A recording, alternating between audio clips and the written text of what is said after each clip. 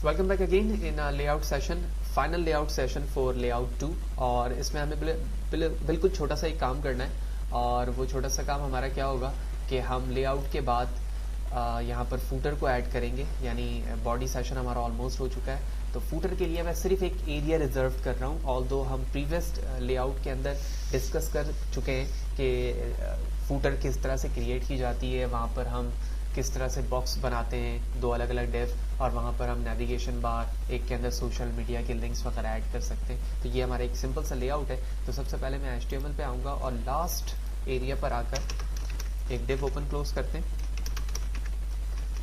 और इस डिव के अंदर मैं एक h1 का टैग लेता हूँ और इस पे लिख देते हैं हम फूटर। ओके, और इससे एक क्लास का नाम दे देता हूँ मैं फूटर के नाम से।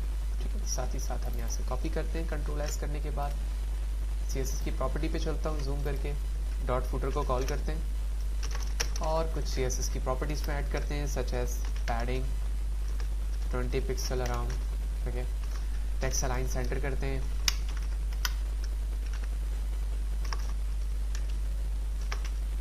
एंड सिमिलरली बैकग्राउंड कलर दे देते हैं कोई, तो बैकग्राउंड कलर दे दिया मैंने। मार्जिन टॉप करते हैं 30 पिक्सल, कंट्रोल एस करता हूँ जूम आउट करके, और प्रीव्यू चेक करते हैं कि what will be the effect. ठीक है, तो बैकग्राउंड कलर के साथ आप देख रहे हो फूटर यहाँ पर लिखा आ रहा, और तमाम एरिया के अंदर बैकग्राउंड की एडजस्टमेंट भी हो गई जो हम चाह रहे थे। ठीक है, तो सक्सेसफुली यहाँ पर फूटर हमारा क्रिएट हो चुका है। अब मैं फूटर में कोशिश करता हूँ कि यहाँ पर हम कुछ मीनिंगफुल स्टेटमेंट लिखें और साथ ही साथ हम इसे मार्क्यू के टैग में भी डाल दें। तो footer area of web layout 2, और इस H1 के अंदर रहते हुए इसको मैं मार्क्यू के टैग में क्लोज करता हूँ। Control S, refresh the page, and here we go। तो इसके साथ ही हमारा पूरा एरिया यहाँ पर एंड होता है लेआउट का, और इस एरिया को हम चाहें तो बढ़ा भी सकते हैं, इसके अंदर भी डिव भी बना सकते हैं। तो यहाँ पर हमारा बैकग्राउंड भी एडजस्ट हो गया, साथ ही साथ हमने यहाँ पर पूरा एक सेपरेट पेज डिस्कस किया। मैं इसकी विड्थ कम करके भी आपको शो करता हूँ, तो आप यहाँ पर देख रहे हो कि इसकी एडजस्टमेंट की वजह से ये हमें कितना ब्यूटीफाई लग रहा है, और यहाँ पर चीज़ें एडजस्ट होना और भी आसान हो गई है। एक एडिशनल चीज़ मज़ीद बताते चलूँ, वो क्या है कि एक प्रॉपर्टी है CSS की, तो वो प्रॉपर्टी है बॉक्स साइजिंग की। बॉक्स साइजिंग क्या काम करता है, सबसे पहले तो हम उसकी डेफिनेशन समझते हैं। The box sizing property defines how the width and height of an element are calculated. ये डिफाइन करता है कि विड्थ और हाइट किस तरह से कैलकुलेट की जाती है बॉक्स के अंदर। कोई भी आपने डिव लिया हुआ, आप उसको एक बॉक्स के प्रॉपर्टी पे लेकर आ रहे हो, और वो करता क्या है, should they include padding and border और नॉट। वो खुद डिसाइड करेगा कि उसके अंदर पैडिंग और बॉर्डर एडजस्ट की जा सकती है या नहीं।